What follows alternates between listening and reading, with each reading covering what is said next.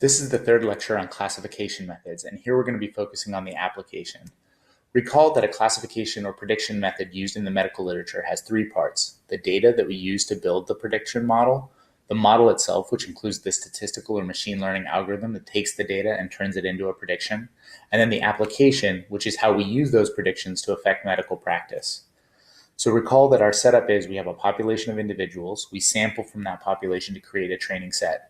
In that training set, we measure features we want to predict with, in this case, whether they have a bow tie or not, and the color of the individual, which is the outcome that we want to predict. Then we build a function f that says if you have a bow tie, we predict that you're purple, and if you don't have a bow tie, we predict that you're green based on our training set. Now that we have those predictions, what do we do with them? And the what do we do with them is the application. There are three common categories of applications of machine learning or classification methods in the medical literature: screening tests, diagnostic tests, and therapy assignment.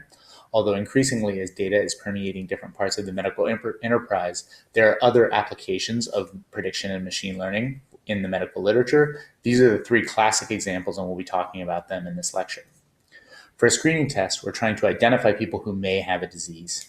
And so the idea is that we might apply this screening to the general population, for example, applying mammograms to identify people who might be at risk for cancer in the general population, or we might be looking at an at-risk subpopulation and doing a genetic test, say, on people who have a familial risk of a particular type of cancer.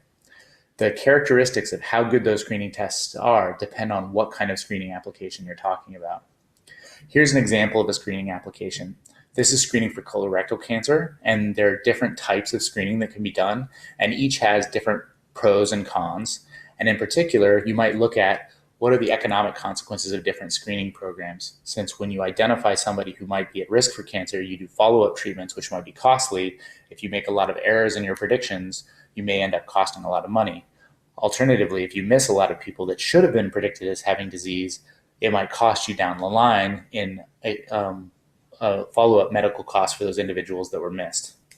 So in this case, what they did is they looked at different screening algorithms, each of which is a prediction algorithm to predict whether a person has cancer or not. And then they evaluate how sensitive and how specific it is for detecting those diseases, as well as what are the economic consequences of those decisions long term.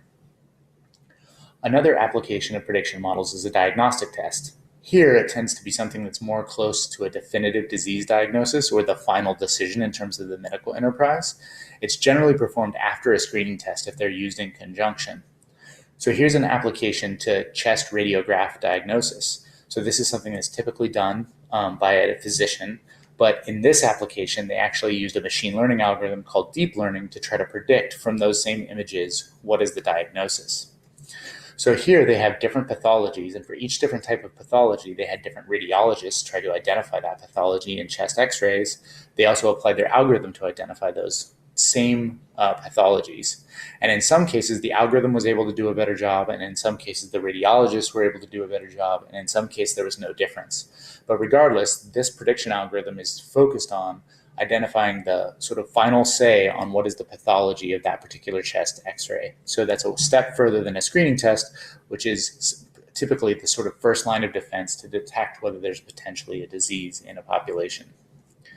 So remember here, because we've started doing predictions, we're now looking at the relationship between the screening test outcome and disease, or the diagnostic test outcome and disease, which is a little bit different than the regression models that we did when we were doing inference, where the outcome tended to be the dependent variable and the independent variable or features ended up being covariates that were different predictors of disease. Here we're actually looking at the outcome of the test versus the disease status in terms of the association. The last category we're going to talk about is therapy assignment. So increasingly, predictions are being used to assign people to the quote-unquote best therapy, or the therapy that's likely to have the best characteristics. One very common example of this is a biomarker. So this might be a PSA measurement that's taken in individuals. And then if they have a particular level of PSA, then we might make some decisions about what kind of therapy they might get, whether they might have to go towards surgery, or whether they might receive follow-up appointments to do further screening would be on the basis of this biomarker. Alternatively, there are other types of data that are being used also to make these predictions of therapy assignment.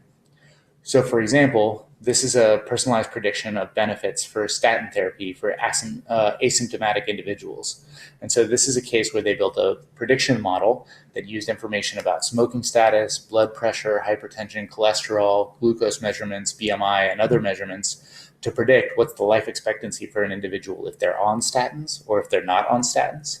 And then if for that individual, they have a prediction that says that if they go on therapy, that they'll have a longer life expectancy or they'll have longer time without coronary heart disease, then we might put them on statins. And if the prediction is that they won't get that added benefit, we might not necessarily put them on statins. So this is a prediction again, but the application of this prediction is towards predicting what therapy we should put somebody toward.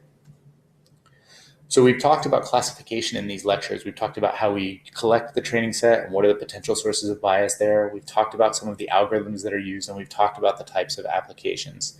In the next set of lectures, we'll start to talk about how we assess whether these predictions are very good or not.